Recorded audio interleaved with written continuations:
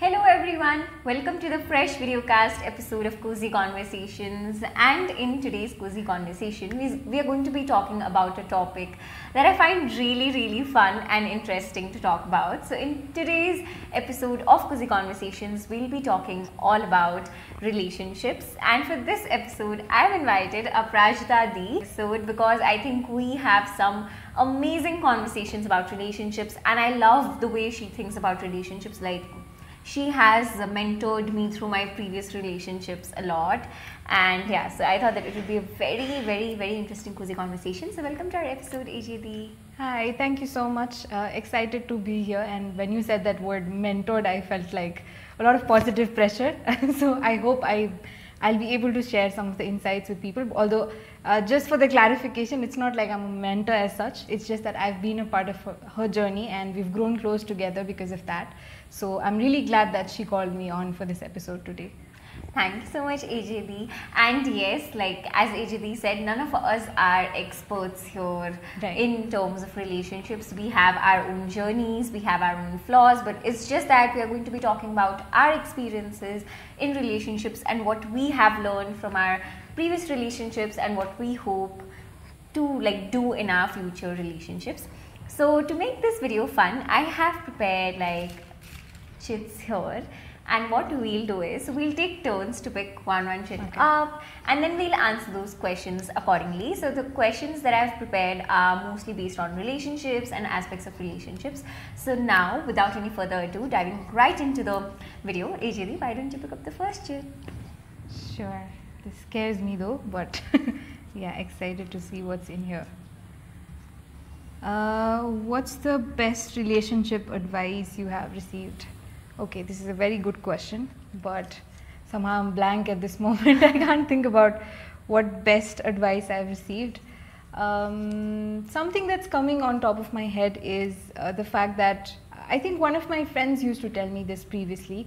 So initially in my previous relationships, I used to be 2-3 years down the line, I used to be this very anxious person. So I needed to know the know-how of the people that I was in touch with. So कसैले मलाई, let's say even if it was my bestest friend or it was somebody I was with, so उनीहरुको बारेमा if I didn't get constant updates, मलाई त एकदम anxious feel हुन्थ्यो के ला के भइरा छ, कहाँ छ उनीहरु, or if they're doing fine or not. So एकदम धेरै anxiousness feel हुन्थ्यो हैन. तर त्यसले गर्दाखेरि also I used to go through a lot of stress के आफैमा पनि, अनि I built so much of भनौं न so much of expectations from the people that I was connected with, अनि त्यसले गर्दा धेरै times त्यो unnecessary हुन्छ नि emotional drama create हुने, and so many हुन्छ नि fights and everything. So I realized that over time that was कता कता becoming a toxic pattern of mine, and त्यो process मा आफै सिक्दै जाँदाखेरि पनि, and one of my friends she really हुन्छ नि taught me this thing about giving space to people. Okay, one of my friends भनौं, and also somebody हुन्छ नि who mentored me Hahn. So दुवैजनाबाट चाहिँ मैले हुन्छ नि from the two people that I was close with, they really taught me this concept of giving space to people and also taking space for yourself. अनि त्यसले गर्दाखेरि I could see the difference that it made in the relationship. Okay, so just because I'm connected with somebody does not mean हुन्छ नि तिनीहरुको life को सबै broadcast नै मलाई थाहा हुनु पर्छ and everything. So यो चाहिँ मैले in the process सिक्दै जाँदाखेरि चाहिँ then I realized कि okay, people need to have their own space, their own identity beyond that relationship. तिमी मसँग कनेक्टेड छ भन्दैमा हुन्छ नि मेरो हुन्छ नि तिम्रो सबै कुरा मेरै लाइफको वरिपरि सेन्टर्ड हुनु पर्दैन भन्ने एउटा त्यो राम्रो लर्निङ चाहिँ मैले पाएँ on the go चाहिँ. So yeah, that's one. I think this is a beautiful advice that I needed to hear myself, because I'm this person again who does not understand the concept of space that well. Only I do not give space to my partners or my friends. I tend to be very clingy, which is something that I don't like about myself. But yeah, this, I think, concept of personal space is so very important, because sometimes people have their own lives beyond you and not everything is about you. Right. I think remembering this quote can really help you give that space and that time to other people around you, and that is very important. And I think I fail to do that. I fail to give my loved ones space, and that is a very, very toxic pattern in me, and I definitely love to work on that. So now it's my turn to pick a chip. Let's see what's in there. Okay, I'll pick the red one too. So what is your idea of a happy and healthy relationship? My idea of a happy and healthy relationship. I can't I'm feeling really blank at this moment. Yeah, these questions are beautiful, but you can't think of answers right away. Anything that's coming into your mind when you think of happy and healthy relationship? For me, anything that's coming into your mind? I'm thinking. I think for me, a happy and healthy relationship would be full of transparency and lots of communication. Not like information overload type ka communication. Not like I don't want my partner to be overloaded with information. But I think a sign of a happy and healthy relationship for me would be good and consistent communication, like on the go. Like I believe that whether you set a weekly ritual, whether you set a daily ritual, whether you set a fortnightly ritual, it's very important for partners to, like take out time and then take out that space where you just communicate with each other, you talk to each other about what's happening and what's stressing you out, what are some things you're concerned about. I think for me, a happy and healthy relationship would be a relationship where you communicate a lot, and because I feel like communication is the key. So that would be the idea of a happy and healthy relationship for me. And I think a couple that has really inspired me in this term has to be my brother and my sister-in-law's relationship.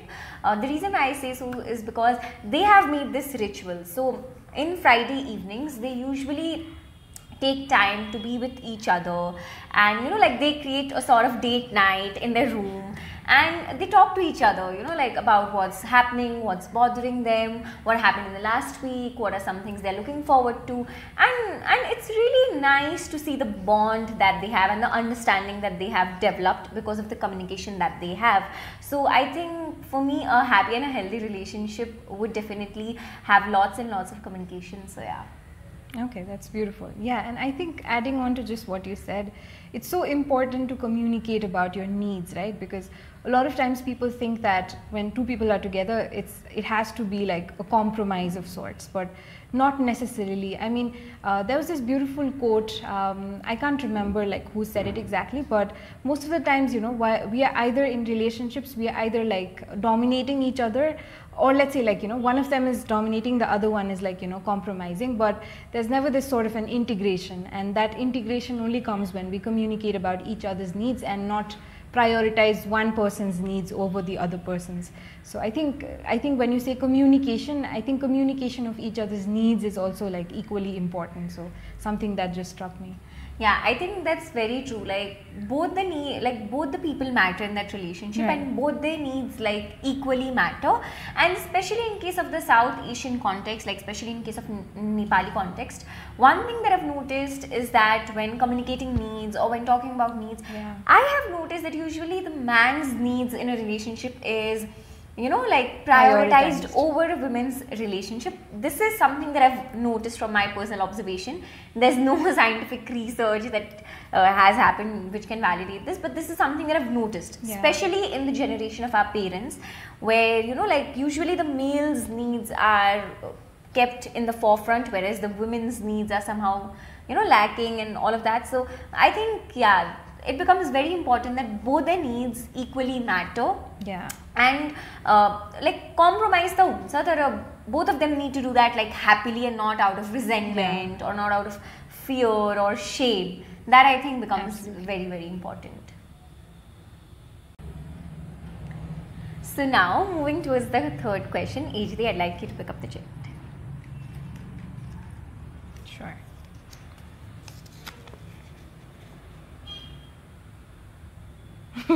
Okay, the question is, what is something that you find really attractive in men, assuming that you're all straight? Yes, that's not an assumption, it's definitely true. So I am straight. Something that I find attractive in men has to be smile.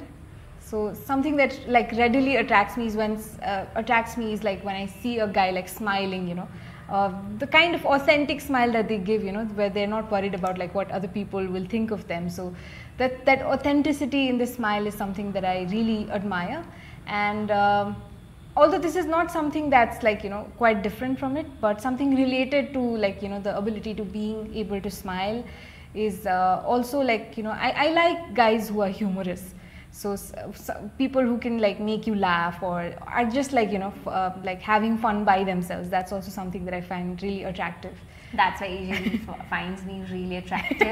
And I think that if she was not straight, then there was a high chance that she would have dated me or at least had a crush on me, because I'm very humorous and my smile is beautiful. Right.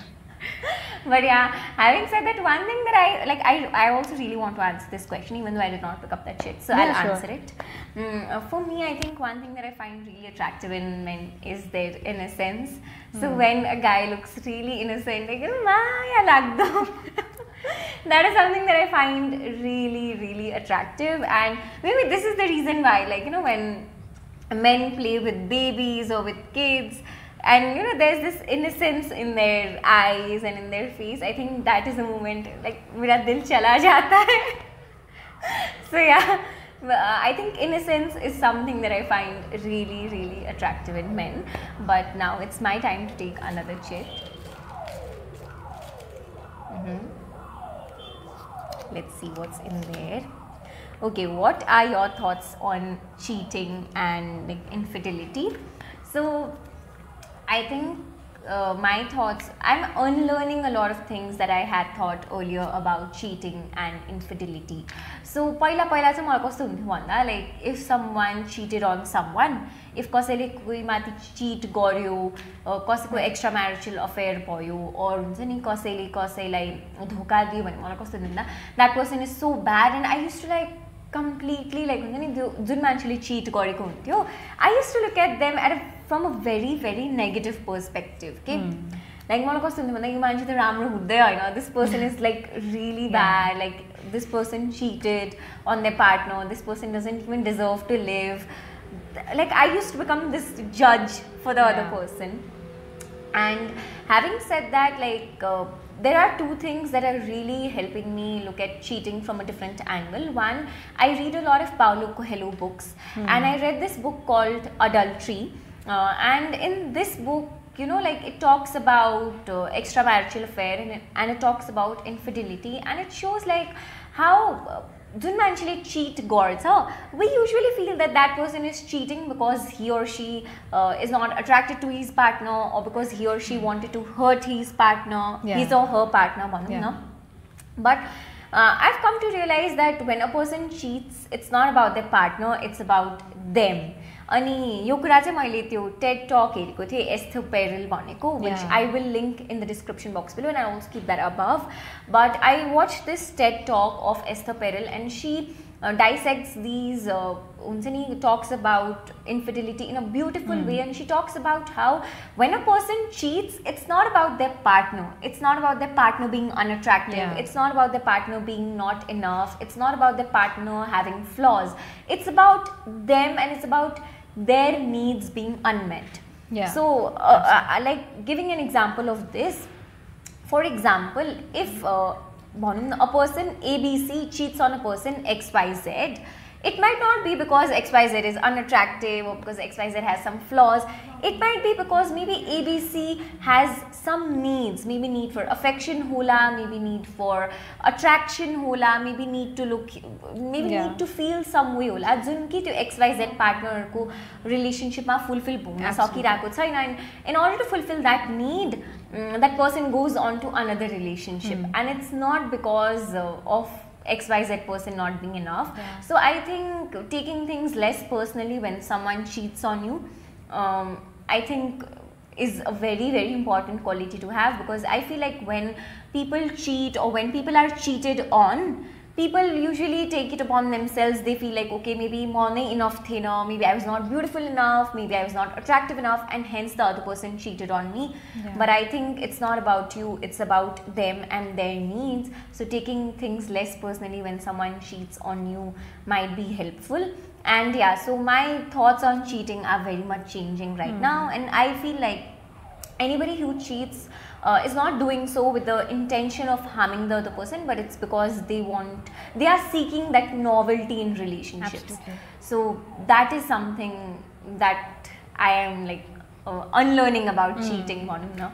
So anything that you'd like to add, AJD? Yeah, I think those were some really nice thoughts and something for people to consider, because like you said, when it's not going on in your own life and somebody else's, it's so easy to like, you know, jump in and judge people. But there's so many layers to whatever experiences that they have, and even in case of like, you know, cheating and being cheated upon, there's so many layers, like, you know, to that experience, to that story, that we can't just like, you know, dissect that, or we can't just like, you know, judge that in one line and then just like, you know, like label people as it is, like, you know, throughout their lives. So it's important that we understand what's going on, and if it's not happening in like your life, you know, you shouldn't like, you know, kind of tend to judge people so readily, I guess. And having said that, for the people going through it, I think it's not ekdamai easy pani for them to take. So having that sense of like, you know, a grace and giving those people that space to like sort things out on their own should be, I think, a good thing to do on our part. Like, you know, if we are observing those sort of thing in other people's lives, rather than judging them, just giving them that space and giving them that dignity to solve problem and on their own should be a good move on our part, because it's quite easy to judge other people's lives, but we won't know what to do when we possibly go through that kind of situation. So yeah, having said that, like, you know, I really admire what thoughts that you put out there, and I can relate to it. Yeah, so for anybody who is going through a bad breakup, or for anybody who's being cheated on, I think the one thing that I'd like you guys to take from this video is, it's not because you were not enough, or because you were not worthy, or because you were not beautiful that the other person cheated on you. It's because some of their needs were unmet, and we are all beautiful and worthy in our own ways. So nice. That is something that I'd like my audience to remember. So now, moving to the fun segment of our cozy conversation. So AJD, now I'll be asking you some spicy questions about relationships, okay. And you can ask me back. Like, I love answering such questions. So yeah, the first question is, how important do you think is sex in a relationship?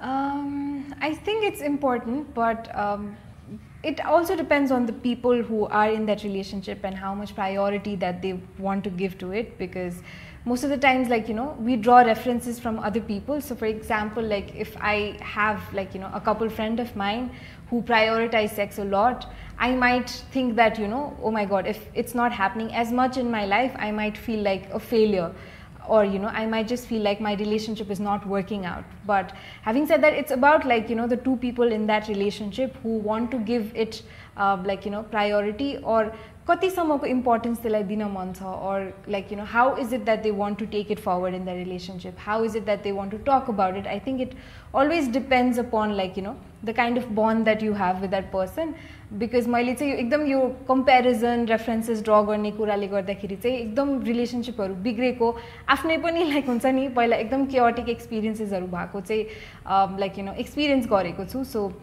yeah, I think it always depends upon the people, like, you know, who share that relationship and who want to like, you know, give it whatever priority that they want to. But I think you spicy segment, Pamani, one very important learning that I had was about, you know, comparison in relationships. Absolutely. We usually tend to build this ideal, okay? Like, my relationship should be like this. Yeah. And then okay, that guy gifted that lady this thing, so why don't you gift me as well?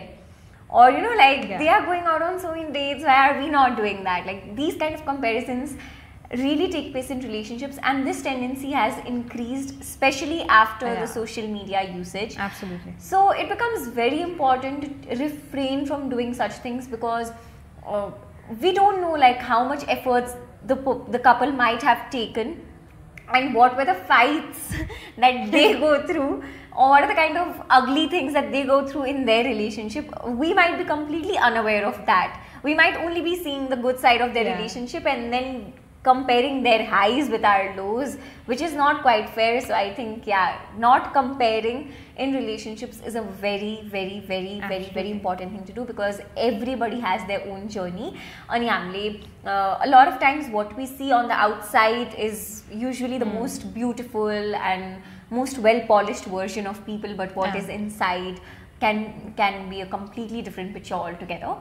So yeah, moving towards the next question. This again is a spicy question, but I think we learn a lot from these questions as well. What's the most embarrassing thing that you've done in a relationship? The most embarrassing thing. I remember writing a lot of cheesy poetry, like in my, teen days. Like, so I used to be a lot of, initially I used to be this sort of person who used to express a lot through her words, So, अहिले पनि त्यो छ like whenever I feel this sense of gratitude or love for somebody, I usually write something for them. But when I started out writing, I used to think that I'm some sort of Shakespeare, but obviously I was not. So I used to write these lot of cheesy poems, So paila chahi when I used to like somebody, or when I used to grow fond of someone, I used to write these sort of ekdamai cheesy poems. And I remember this one person also told me that I really appreciate your effort, tara yo alikati ekdam cheesy cha bhaner. I don't remember exactly ke cha lines cha त्यसमा, तर त्यो म आफूलाई एकदम धेरै ठुलो poet भन्न ठान्थे कि पहिला चाहिँ, अनि एकदम embarrassing poems हरु नै लेखेको छ मैले त. So yeah, that has to be one. But yeah, Ajadi is turning out to be a great writer, and she's also coming up with her website of her blogs. Yeah. So I'll link that in the description box below so that you guys can go and check that one out. But yeah, cheesy poems is a funny thing to do. The most embarrassing thing that I've done in relationships is I've sworn. Like, I used to swear on the other person when I used to break up because I used to be really angry, and I used to be like the Geet from Jab We Met. Okay. So the Geet from Jab We Met really गाली देती थी ना वो breakup के time, and I did the same thing. So I used to swear a lot when my breakups used to happen, and that's the most embarrassing thing that I've done in my relationships. Now, the third spicy question is what is something that you believe that you really need to change about yourself in a relationship? Like, what's something that you don't dislike about yourself when you're in a relationship? Okay, I've been talking a lot about needs in this entire videocast of ours, but something that I also struggle with and I want to be more assertive in the days is I can't even if I sense that something that the other person is doing is not fitting quite well with me. So for example, let's say you do something or you say something and that is something that affects me negatively, I can't readily talk about it. Okay? So malai chai tyo, because I somehow tend to avoid conflicts because I'm somebody who values peace and I'm somebody who values alikati equanimity ekdamai धेरै. So I tend to avoid conflicts and त्यही भएर त्यो कुराले गर्दाखेरि चाहिँ कहिलेकाहीँ मैले त्यो इम्पोर्टेन्ट कुराहरू जुन चाहिँ पोइन्ट आउट गर्नुपर्ने थियो in that other person's behavior, certain actions जुन चाहिँ बेलामा अलिकति मलाई नराम्ररी इफेक्ट गर्न जान्थ्यो त्यतिखेर पनि I could not call out के I could not say कि मलाई यो कुराले इफेक्ट भइराछ अनि त्यसले गर्दाखेरि चाहिँ त्यो हुन्छ नि it used to show up in my body language तर म कुरा गर्दैन के गर्दैन थिए त्यसको बारेमा हैन, and it also used to affect the other person के उलाई थाहा हुन्थ्यो हैन, or and this is something that's true for not just in my हुन्छ नि love relationship but also with my family, with my close friends त्यस्तो चाहिँ भइरहन्थ्यो. So this is something that I think मैले एकदम चेन्ज गर्नुपर्छ for my own well-being and also for the well-being of other people. नभए त्यो जति elongate गर्यो त्यति there are chances that misinterpretations, miscommunication, conflict अझै पनि increase हुन्थ्यो त्यसले गर्दाखेरि चाहिँ. So that is something that I want to improve from. And I think this gives me a really nice content to make in my next video because I think last off camera one time when we were having a conversation, you had talked about how you have a passive communication style. Yeah. So maybe that is the reason why you don't communicate very openly, especially with things that are difficult. That is very important to be assertive. And if you're feeling really uncomfortable about something that someone is doing, being able to be vocal about it and expressing yourself in a way that does not hurt the other person entirely, I think that is a very, very, very important skill that we all need to learn, and we can talk about this in our next videocast episode. So yeah, What was your age when you had your first crush? I think I was somehow like 11 or 12, so that has to be the first time, I guess. Okay, with me, I started quite early on in these things. So my first crush was when I was in grade 1. So there was this bench partner that I had, and he was really cute. So as I said, that innocence in a guy's face is something that really attracts me. Yeah. I used to find that bench partner of mine really like really cute and really innocent, and like that was something that was my time when I had my first crush. So now that we are done with the spicy segment as well, and before we wrap up, I'd like to ask one final question to AJD. So AJD, before we wrap up, what is one thing that you feel like every person should know about relationships? Just one thing. Something that, for me, something that has been really ringing in my head these days is this idea of having an integrated relationship rather than staying in a sort of a compromise sort of a bond, because a lot of times we go with that assumption that I should either have to compromise in a relationship or I should either have to dominate the other person. But I think coming to terms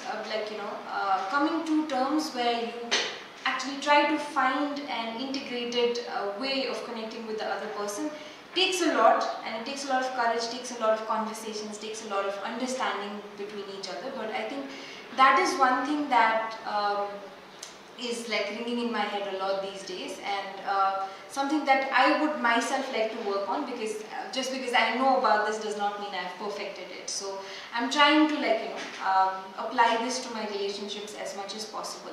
And something that, again, we have been discussing a lot these days, is just because you are in a relationship does not mean that you can't have an identity of your own, or you can't have a life of your own apart from that relationship or the bond that you are sharing with other people. What I'm trying to say is we need to be aware about the fact that because you are, that's why you are able to enjoy so many relationships in your life. But somehow we think it the other way, that relationships bhaira nai मेरो life छ. So although that thought process is also beautiful, but something that we need to keep in mind is that if we can't enjoy the relationship that we have with ourselves, it's not possible to do the same with other people as well. So yeah, that is something that I've been thinking about. So I'd say just to make it even more clearer for our audience, what could be an example, like a very simple example of where there's one integration in a relationship and neither compromise nor dominance? What could be an example? I just want to explain that with an example. So for example, we were talking about so for example, let's say